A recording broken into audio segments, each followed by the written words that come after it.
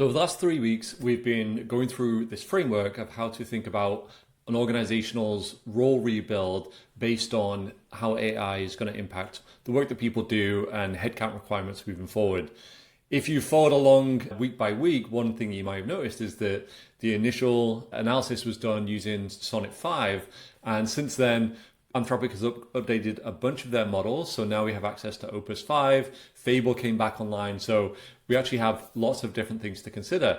And actually what we're going to do in this session is talk through what happens when models change and how can we actually put in place a governance framework so that we stay on top of any changes moving forward and we don't have to kind of reanalyze every time news comes out of a new model release.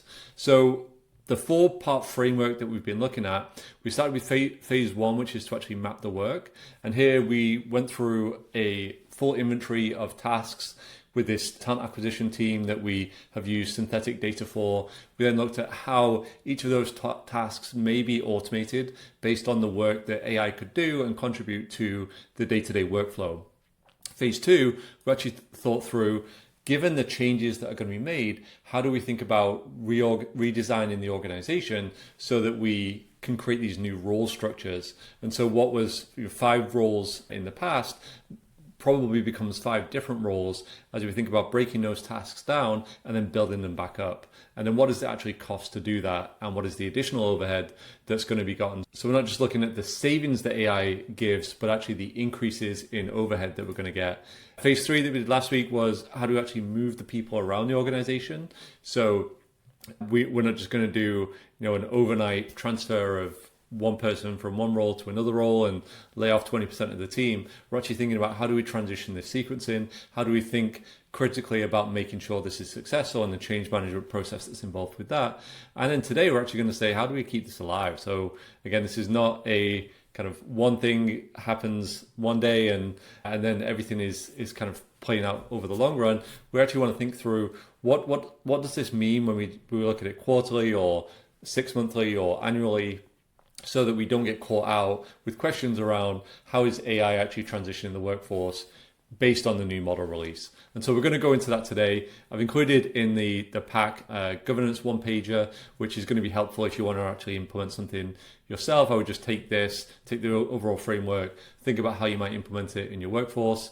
If you want to get access to all the resources we're using, just go to the Meander Talent Academy, learn.meanderhq.com, go to the resources section, and then all of these org redesigns, I've renamed them. So we've got part 1, part 2, part 3. Part 4 will be going up as soon as I finish recording this video. And so you should be able to access them all directly here. And then I'm going to create a custom site so that if you do want to go and look at everything in one go and actually plan how you're going to go through this yourself, you'll be able to do that directly.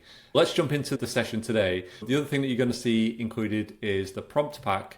And what this is going to allow us to do is go through each of the different workflows very quickly. I've already pre-prompted all of the tools that we're going to be using Claude for Excel, and that's going to allow us to then jump in.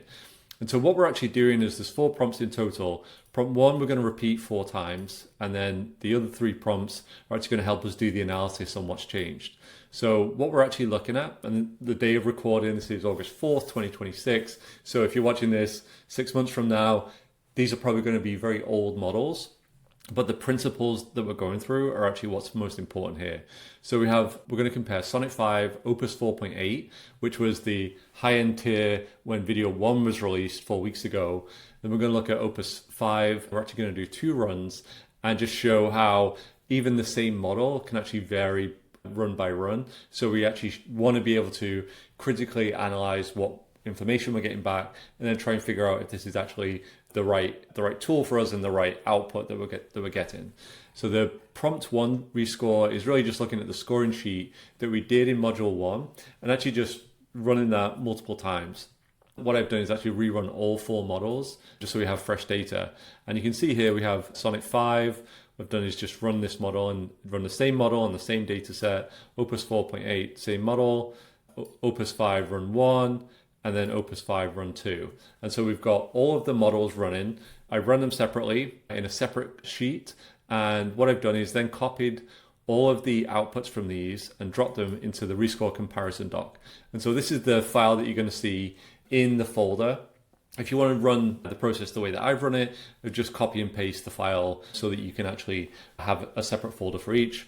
Probably the easiest thing to do is actually just run the same prompt over the top 4 times. What I don't like about that is that sometimes the memory can bleed into the prompt, and so you might not get clean analysis for each stage. So I do like to keep them separately and run them in their own environments, which should hopefully give us a cleaner view. But what we're actually doing here is looking at the comparison of the 4 different models for all of the different tasks that we extracted when we did that first pass through of what are the different tasks that everyone in the team is going to be doing. And what we looked at is the hours per month. And then for Sonnet 5, Opus 4.8, and then the 2 Opus 5 runs through, we want to know what is the readiness level that we're getting based on the ability of AI to automate that process. And we're using the model to assess the readiness level. And we're then having it put it into one of 4 quadrants. So that was, do we automate that process completely now? Do we add a copilot where we're actually going to get some efficiency gains by having a copilot work alongside the individual? Do we redesign later, or do we keep it human core? And you can see here the capture rates that we have. So even with automate now, we're not capturing 100% of the process. We're assuming by automating, we're capturing 70%, which still means 30% needs to be done by humans. We're inverting that for the copilot and actually looking at 30% for copilot. Yeah, so 30% automation. And then obviously the other 2 have 0 efficiency gains.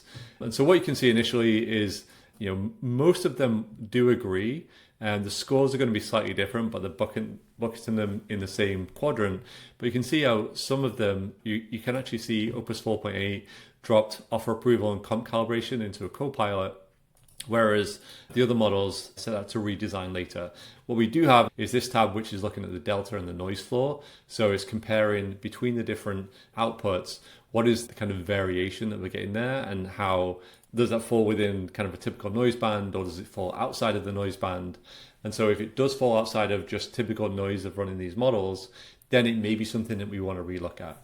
And so what we actually find is that the Boolean search and pipeline building is one where we actually fall outside of the noise band.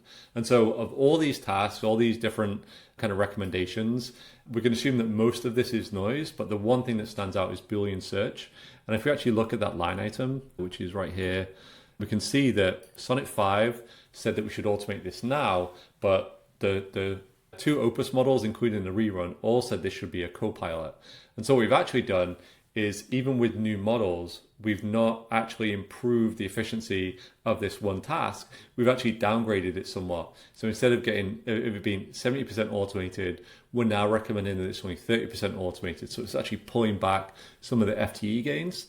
And part of that is using a more advanced knowledge that has more analytical capabilities. It actually understands the task a little bit more and can make more informed judgments. But we're not just going to take anything at surface level. We're actually going to want to look through to figure out what does the process actually look like, and to what extent can we automate it. So with the second prompt, we've actually looked through and gone into a little bit more depth on this to try and figure out what is the observable evidence that we need to collect in order to determine whether Boolean search is something that we automate or use a copilot for. And it's given us a number of different ideas here. So how many recruiter logged hours against sourcing do we build per month? And then if we use AI tooling, is it still 40 hours a month, or is it higher or lower using that AI tooling? And so this is how you set up different experiments and to give you real life data so that you're not just relying on inferred. And the reason this is important is that when people start asking how much of the process are you going to automate and why are you automating, you actually have the raw data to prove whether something has worked or not. And that's going to go into future decisions as you're thinking through what the organization looks like. And so it does outline that a lot more. It's then going to give you the additional kind of outputs that we then want to use to communicate. So if we go down to the finance summary here, what we've done is asked it to actually summarize all the work that we've done.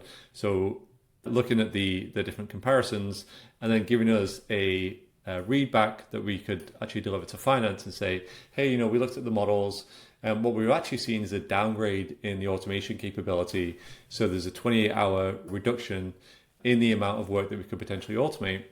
Our initial recommendation was that we could get 1.39 FTE savings using AI. And what we're actually seeing is that's now 1.21. But because if you remember, the plan that we put in place was not just to cut the 1.4 FTE immediately, but to actually stage and test and measure as we go through the process, this actually doesn't affect our recommendation at all. And if you remember, we actually got down to about 1 FTE of savings, and part of that was going to be refocused on other priority initiatives. The other part was actually not backfilling a role when someone left later in the year. And so this actually all fits within the boundaries that we added initially. And so we're actually in a really good place here, and we can actually support it with data. Two other tabs that you might want to look at as you're going through this. One is the cost per run, where we can actually look at the cost of actually running these analyses. If we were to do this every cycle or annually, the actual cost of doing this analysis is very small, but the implication of doing this and just spending half an hour every 3 months running through this process is actually going to help you make more informed decisions and support those decisions when it goes to financial oversight, so that you know that you're actually using the most efficient methods moving forward.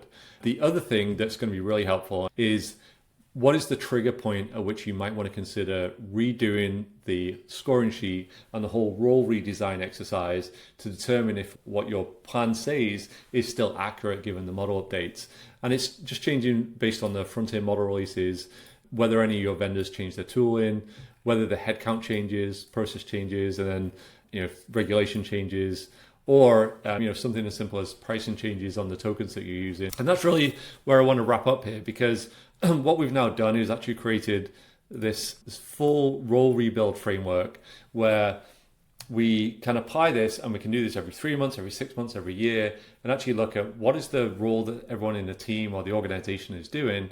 How do we redesign it if we're going to use AI to support and enhance the work that those people are doing? How do we then move people around and provide new opportunities for people to upskill and reskill in areas that are going to be really important moving forward, not laying people off and then trying to hire people with those skills? And how do we stay on top of it and keep it alive, put a governance framework in place so that we're actually tracking those improvements over time and can report out to the board or to investors or whomever is most interested in seeing that kind of output. So that wraps up the 4-part series. One thing to note, this video is going to be out of date in a few months as well, but the underlying thought process behind it is hopefully what I want you to take away.